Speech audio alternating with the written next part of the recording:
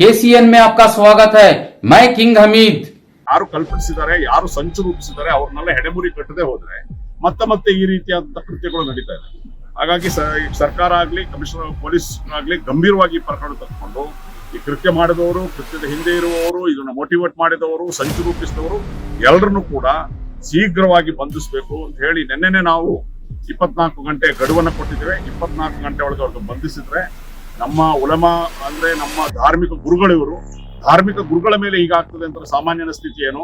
ಹಾಗಾಗಿ ಮುಂದಿನ ದಿನಗಳಲ್ಲಿ 24 ಗಂಟೆ ಬಂಧನೆ ಮಾಡಿದ್ರೆ ನಮ್ಮ ಧಾರ್ಮಿಕ ಗುರುಗಳು ಬರೀ ಮೈಸೂರಿನಲ್ಲಿ ಮಾತ್ರ ಅಲ್ಲ, ಈ ಕರ್ನಾಟಕ ರಾಜ್ಯಾದ್ಯಂತ ನಾವು ಮತ್ತು ಧಾರ್ಮಿಕ ಗುರುಗಳು ಎಲ್ಲರೂ, ಪ್ರತಿನಿಧಿಗಳು, ಶಾಂತಿ ಪ್ರಿಯರು ಎಲ್ಲ ಸೇರಿ ದೊಡ್ಡ ಮಟ್ಟದ ಹೋರಾಟವನ್ನ ನಾವು ಮಾಡ್ತೀವಿ.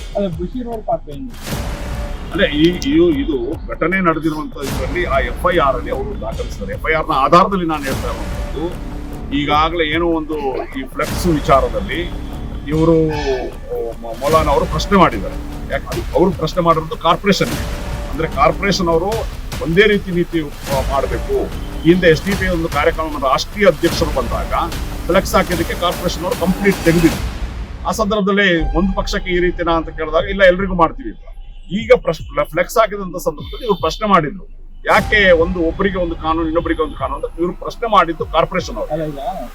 ಇವಾಗ ಪ್ರಶ್ನೆ ಮಾಡಿದಕ್ಕೆ ಒಂದು ಕೊಲೆ ಆಗಿದೆ ಬರ್ಲಿಕ್ಕೆ ಆಗೋದಿಲ್ಲ. ನಾನು ಸ್ಪಷ್ಟಪಡಿಸ್ತಾ ಇದ್ದೇನೆ. FIR ದಾಖಲೆ ಆಗಿರುವಂತದ್ದು, ಥ್ರೆಟ್ ಕಾಲ್ ಬರುವಂತದ್ದು, ಅವರ ಕುಟುಂಬಸ್ಥರ ಅನುಮಾನ ಇರುವಂತ ವಿಚಾರನ್ನಾಗುತ್ತೆ ನಾನು ಇಲ್ಲಿ ಪ್ರಸ್ತಾಪ ಮಾಡ್ತೇನೆ.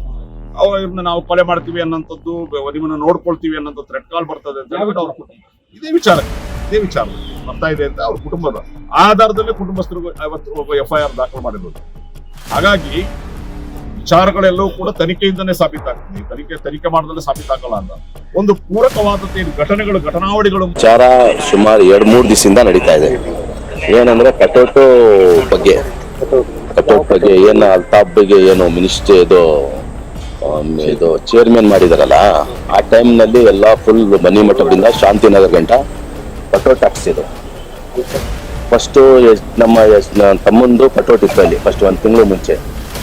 ಅವ್ರು ತೆಗ್ದ್ಬಿಟ್ರು ಅಂತ ಇವ್ರು ಏನ್ ಮಾಡಿದ್ರು, ಕಾರ್ಪೊರೇಷನ್ ಹೋಗ್ಬಿಟ್ಟು ಈಗ ಎಲ್ಲ ಇವ್ರು ಹಾಕಿದಾರಲ್ಲ ಎಲ್ಲ ತೆಗೆದ್ಬಿಡಿ ಅಂತ ಕಾರ್ಪೊರೇಷನ್ ಮೇಲೆ, ಕಮಿಷನರ್ ಮೇಲೆ ಇವ್ರು ಮಾತಾಡ್ಸಿ, ನೀನ್ ತೆಗ್ದಿಲ್ಲ ಅಂದ್ರೆ ಕಟೌಟ್ ನಾವು ಧರಣಿ ಕುತ್ಕೊಬರ್ತೀನಿ ಅಂತ. ಆಮೇಲೆ ಕಾರ್ಪೊರೇಷನ್ ಇಮಿಡಿಯೇಟ್ ಆಕ್ಷನ್ ತಗೊಂಡು ಎಲ್ಲ ಕಟೌಟ್ಸ್ನ ತೆಗ್ದ್ಬಿಟ್ರು. ಅದು ಆ ಮಾತಿಗೆ ನಡೆದು ಇವ್ರು ಒಂದು ವಿಡಿಯೋ ಮಾಡಿದ್ರು, ಅವ್ರವ್ರು ವಿಡಿಯೋ ಮಾಡಿದ್ರು. ಈ ಮಾತಿಗೆ ನಡೆದ್ಬಿಟ್ಟು ಈ ಥರ ಕೊನೆ ಆಗಿರೋದು.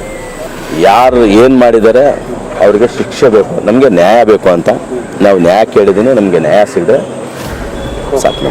ಆಗಿರೋದು ಘಟನೆ ನೋಡಿದ್ರೆ ಕಾರಣ ಯಾರಾಗಿದೆ ಅಂತ ಎಲ್ಲ ಪೊಲೀಸಿಗೆ ಗೊತ್ತಿದೆ. ನಾವು ಪೊಲೀಸ್ ಮೇಲೆ ನಾವು ಬಿಟ್ಟಿದ್ದೀವಿ. ಅವ್ರು ಪೊಲೀಸ್ ಏನು ಮಾಡ್ತಾರೆ ಅಂತ ಅವರೆಲ್ಲ ಪೊಲೀಸ್ ಅವ್ರಿಗೆ ಎಲ್ಲ ಮಾಹಿತಿ ಗೊತ್ತಾಗಿದೆ. ಯಾರು ಮಾಡಿದ್ದಾರೆ, ಏನು ಮಾಡಿದ್ದಾರೆ, ಏನಾಗಿದೆ, ಯಾರು ಮಾಡಿಸಿದ್ದಾರೆ ಅಂತ ಎಲ್ಲ ಅವ್ರಿಗೆ ಮಾಹಿತಿ ಇದೆ.